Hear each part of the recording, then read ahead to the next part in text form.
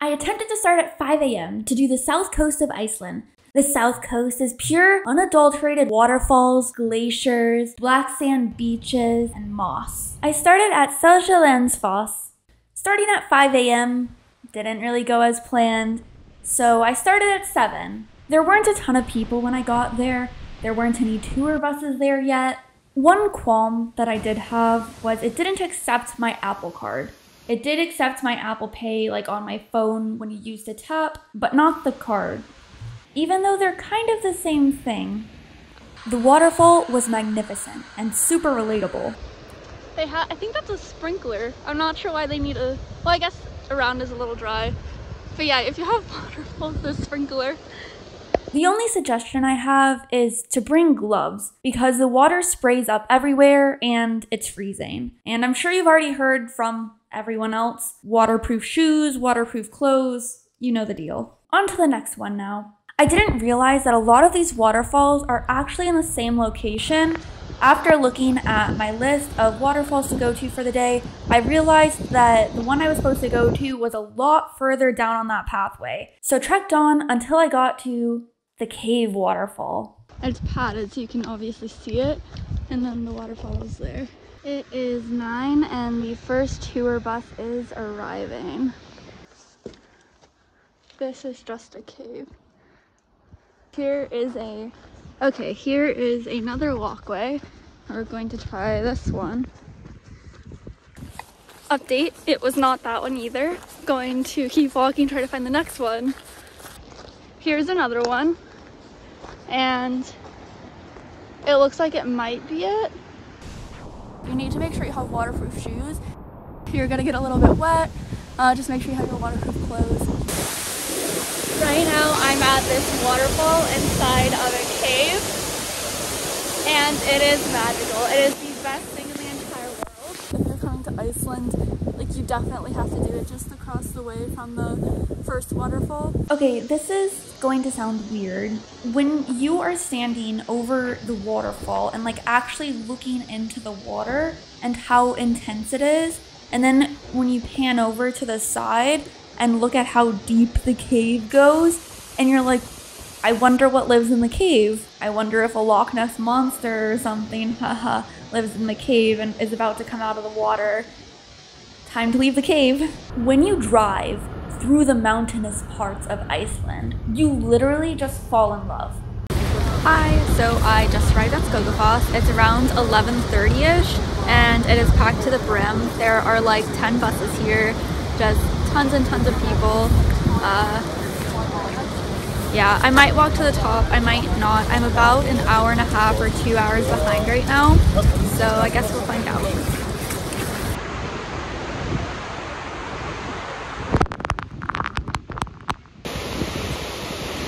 Getting my exercise in for the day. Some cute little sheeps and rams right next to the Seljalandsfoss waterfall. They have sheeps and rams and horses and cows and things like that all along the sides of the road in Iceland. But I'm pretty sure, I might be wrong, but I'm pretty sure it's illegal to, you know, pull over on the side of the road to look at sheep. But yeah, these ones are just right next to the Seljalandsfoss. So cute, little eats. Done at Seljalandsfoss. However, their bathroom only accepts cash. I've read from other places that you don't need cash in Iceland, so I don't have cash. So I'm back at the place where I had the cafe earlier and going to use their restroom. I didn't see any pay stations at the Seljalandsfoss, but I might have missed it. But the one at Fjadrargljufur is very obvious and very easy to pay on your phone. It was windy and muddy, but there was no other people there for the most part. The path near the waterfall was extra muddy. The back of this waterfall wasn't as big as the first waterfall, but there was no one here, and it was a little afternoon. You saw, the Seljalandsfoss was packed to the brim. I finished up at Fjadrargljufur when I noticed other people arriving and headed to the next location. So we're driving with basically water on both sides of us, which is a little scary. We are now going up this mountain pass. We drove all this way for a rock? This is the main attraction. It's a rock. Iceland, day 3. Iceland has a lot of water, and I'm a very hydrated person. I enjoy drinking all of the water. A lot of these places, when you're like, oh, where's the restroom? Like, oh, it's 5 minutes down the road. And then I look 5 minutes down the road, a solid 25 minutes down the road. And you pay, and then you wait for the door to open. And then you have to hit a close button on the door. And then I noticed it wasn't closing, so I clicked the button. And then it still wasn't closing after I clicked the button. So I clicked the button again, and then eventually it closes. I apologize to everyone for this next pronunciation. I arrived at Eltre. It is a quick stop along the ring road in Iceland. It used to be a lava field, but now it's completely covered in moss. It looks like something out of a Dr. Seuss novel. They have roped off areas and signs in case you want to walk along the lava field. If not, you can always just take a picture from the top where they have a lookout point. And I think it's free. It's 6 p.m., so definitely starting a little late. But it looks like a couple people are going up, so maybe it's okay. They have these cute little signs that says, no people, people bad, people kill flowers, no people. So this is Fjadrargljufur Canyon. It's really pretty. Oh, I didn't see those bugs until my camera caught them. Here's more of the canyon. This is Fjadrargljufur Canyon. There weren't a lot of people when I first got here, like a couple minutes ago. However, it does look like a lot of night people are starting to roll in for some reason. So we're gonna wrap up. All of these people, including me, are rushing to the final viewpoint before it gets dark. I'm not sprinting or running or anything, but I am doing a solid walk, you know, a good 3 or 4 miles per hour walk. Look at how amazingly stunning this is. And you can see like the bright blue clear water below.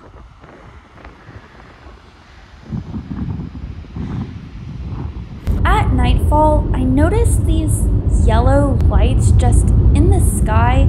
I drove up to my Airbnb, and it's a little bit scary driving down a dirt road at night with no lights. The Airbnb was very nice once I got there. The kitchen was well equipped with chocolate, seasoning, anything you could need, and lots of cups. The bathroom was shared between rooms. It had a really nice shower that had sort of an open floor plan. The little details like the pink trash can or the circle mirror. There were washcloths to dry your hands off on and a hamper for when you were done drying your hands. The room was pretty standard for the most part. It had a bed, shelves, an air conditioner. However, it did have a small sink, which is something that I haven't really seen a lot ever. Even though I had planned my day to start really early the next morning, I wanted to wander around a bit around the Airbnb just to sort of see what it's like. So the Airbnb I'm staying at has this cute little turf house, and there's another one right on that side. So I'm gonna go inside really quick and give it a look. Turf house tour.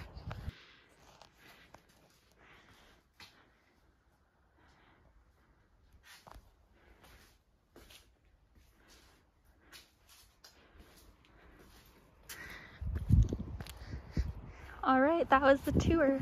Let's look at the next one. I thought it would have furniture or something. Those waters look really cool over there.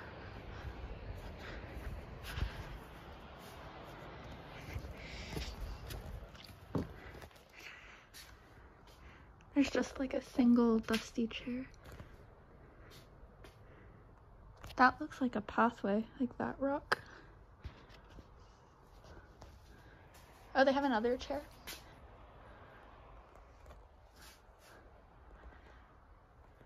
Cool. Last night when I was driving in, it was completely pitch black dark. You could not see a thing. So when I was driving back to the main road this morning, I saw this humongous waterfall. and I was probably the size of the first rock near the ground. And with the morning fog, it makes it look like it's just going up into the clouds. A lot of the vibes that you get when you are around Iceland are like prehistoric, dinosaurs, and this is how that made me feel. The next day I had a glacier hike, so I drove over to nearby the glacier. You can't help but want to stop and take pictures and videos anytime there's something so magnificent.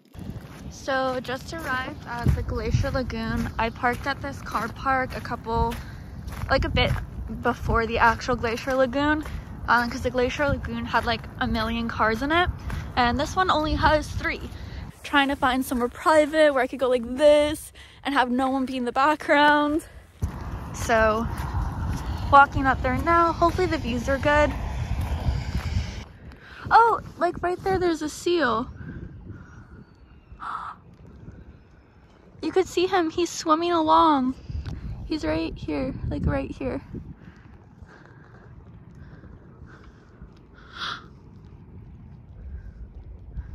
That's so cool.